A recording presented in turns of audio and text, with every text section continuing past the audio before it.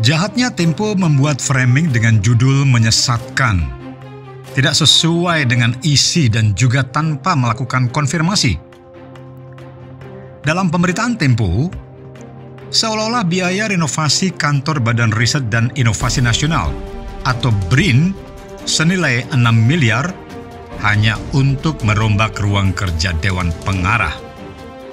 Padahal, itu biaya perombakan seluruhnya di lantai 2 yang tadinya hanya digunakan oleh Kepala Badan Pengembangan dan Pengkajian Teknologi atau BPPT sendiri, kemudian akan diubah untuk ruang kerja seluruh Dewan Pengarah yang berjumlah 10 orang termasuk Megawati. Ditambah sekitar 12 orang staf pendukung. Plus, menyediakan ruang rapat pleno dan ruang-ruang rapat kecil yang selama ini belum ada. Untuk diketahui, Dewan Pengarah selama 7 bulan sejak dilantik belum memiliki ruang kerja definitif, kecuali ketua dan stafnya. Sedangkan yang lainnya masih meminjam ruang-ruang eselon 1 yang kosong. Sebelumnya, lantai ini hanya digunakan Kepala BPPT, berfasilitas bak hotel bintang 5 dengan kamar tidur, ruang karaoke, kamar mandi, ruang makan, ruang tamu, ruang rapat, dan ruang kerja Kepala BPPT sendiri. Ini sebelum akhirnya BPPT dilebur ke BRIN. Ruang makan bahkan ada barnya segala. Semua fasilitas non-fungsional inilah yang akan dirombak menjadi ruang kerja seluruh Dewan Pengarah. Dengan renovasi ini, seluruh fasilitas lantai 2 gedung Habibie yang tidak fungsional akan menjadi ruang-ruang kerja dan ruang-ruang rapat. Jadi, biaya 6 miliar itu bukan hanya untuk renovasi ruangan dan kamar tidur Ketua Dewan Pengarah seperti judul berita Tempo. Disinilah Tempo dan sejumlah media lainnya secara sengaja telah melakukan framing, bukan saja terhadap BRIN, tetapi terutama Megawati. Ini secara pribadi. Tempo adalah media terdepan yang paling reaktif. Sedemikian overreaktifnya sehingga terkesan nyinyir dan overacting. Karakter aktual media mainstream ini sungguh keterlaluan dan menyesatkan. Pak Jokowi, saya berterima kasih loh, Bapak membentuk BRIN loh. Cuman banyak orang nanya, kenapa Pak Jokowi yang dijadikan saya lagi gitu. Lah, saya ya bilang yang nyuruh saya presiden loh. Emangnya mau-maunya saya sendiri. Coba toh. Aneh ya. Jadi orang kayaknya apa sih? Saya dianggap barangkali ya kurang pintar.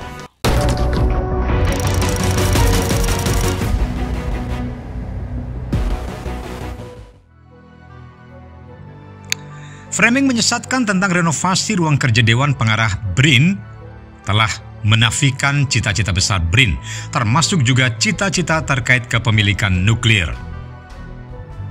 Di masa Perang Dingin, atau tepatnya pasca Perang Kedua berakhir, kepemilikan senjata nuklir dianggap sebagai kunci.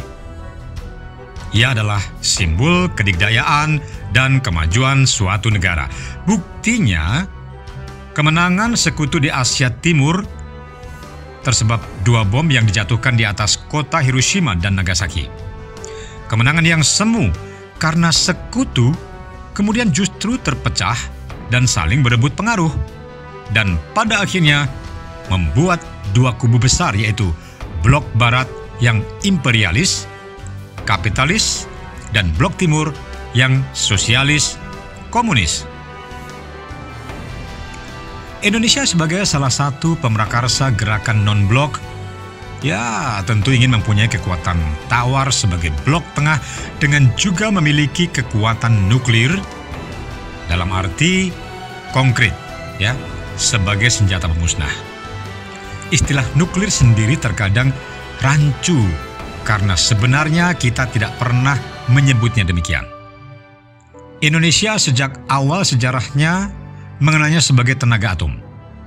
Karena itu, lembaga paling awal yang didirikan pada tahun 1954 adalah Komite Nasional Tenaga Atom atau KNTA. Nah, 4 tahun kemudian, namanya diubah menjadi Lembaga Tenaga Atom atau LTA.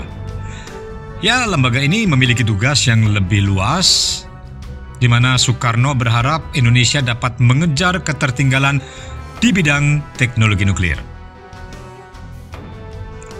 Pada bulan April tahun 1965, untuk lebih mempercepat cita-cita tersebut, statusnya menjadi organisasi pemerintah. LTA berubah nama menjadi Badan Tenaga Atom Nasional atau BATAN. Untuk menandaskan ambisinya tersebut, Soekarno memberikan pidato dalam acara Muktamar Muhammadiyah ke-36 yang diadakan di Bandung, tepatnya tanggal 24 Juli 1965. Salah satu petikan kalimatnya yang tenar hari ini adalah, "Insya Allah dalam waktu dekat ini kita akan berhasil membuat bom atom sendiri."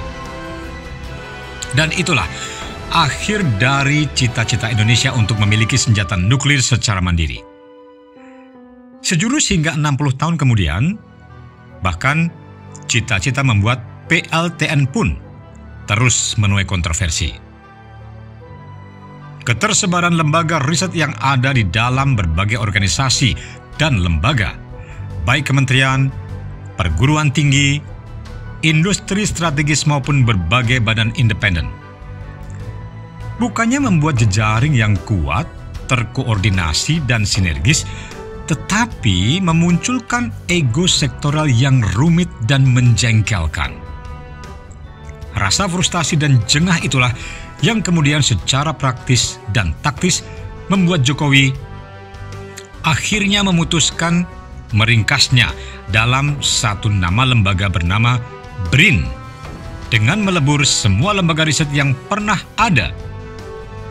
Megawati diangkat sebagai Ketua Dewan Pengarah. Pertanyaan yang muncul tentu saja terkait usia, kompetensi, reputasi, dan seterusnya. Dan jawaban tersirat dan tersebar luas yang bisa diperoleh sangat sederhana. Kepentingan Megawati untuk menuntaskan cita-cita tertunda Soekarno agar Indonesia bisa memiliki senjata nuklir. Cerita tentang lantai 2 kantor BRIN yang sebelumnya hanya untuk kepala BPPT sebenarnya mengungkapkan banyak hal yang membuat publik harusnya makin paham dengan, ya, tentu mengelus dada. Pertama, bahwa betapa absurd dan sembrononya bidang riset dikelola di masa lalu. Anggaran dana yang abadi ini dianggap tidak pernah cukup untuk riset lapangan. Namun di sisi lain, para petinggi lembaga dibanjiri fasilitas kerja yang tidak perlu. Barangkali berdasar hal seperti ini, ya bisa dipahami mengapa banyak lembaga riset mesti dilebur, mengingat betapa tidak efektif dan efisien cara mengelola lembaga tersebut. Kedua, bahkan hingga 7 bulan setelah pelantikannya anggota Dewan Pengarah, persoalan fasilitas kerja masih jadi masalah. Bukankah banyak fasilitas kerja bekas lembaga sebelumnya yang bisa digunakan? Apalagi dengan peleburan yang diikuti dengan perampingan SDM. Tentu banyak ruang kosong dan fasilitas yang pasti tak optimal dipakai. Apalagi untuk para anggota Dewan Pengarah yang tentu saja pasti telah memiliki fasilitas kerja yang melekat pada dirinya.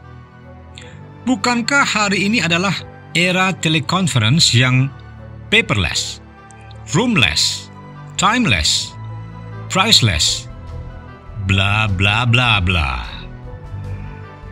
Nah, ketiga, kenapa tiba-tiba BRIN identik dengan Megawati? Mengapa juga BRIN tiba-tiba terlalu ditarik pada ambisi pribadinya. Bagaimana mungkin senjata nuklir dijadikan visi dan misi terpentingnya? Indonesia adalah negara dengan warga paling tidak disiplin di dunia. Orientasi loyalitasnya selalu floating atau mengambang dengan integritas dan kredibilitas yang rendah. Nuklir, apapun bentuknya dalam produk yang paling canggih, butuh SDM yang dalam konteks Indonesia belum waktunya, atau lebih tepat, bukan pada tempatnya. Ada yang hebat dalam merumuskan strategi ya. Rumuskan strateginya seperti apa. Ada yang kuat di legislatif, ada yang kuat di eksekutif. Dan masing-masing bertugas sesuai dengan keunggulannya masing-masing. Dan saya berterima kasih kepada Ibu Mega. BRIN sekarang diarahkan kepada research, penelitian, hal-hal yang berkaitan dengan pangan. Arahnya ke depan benar.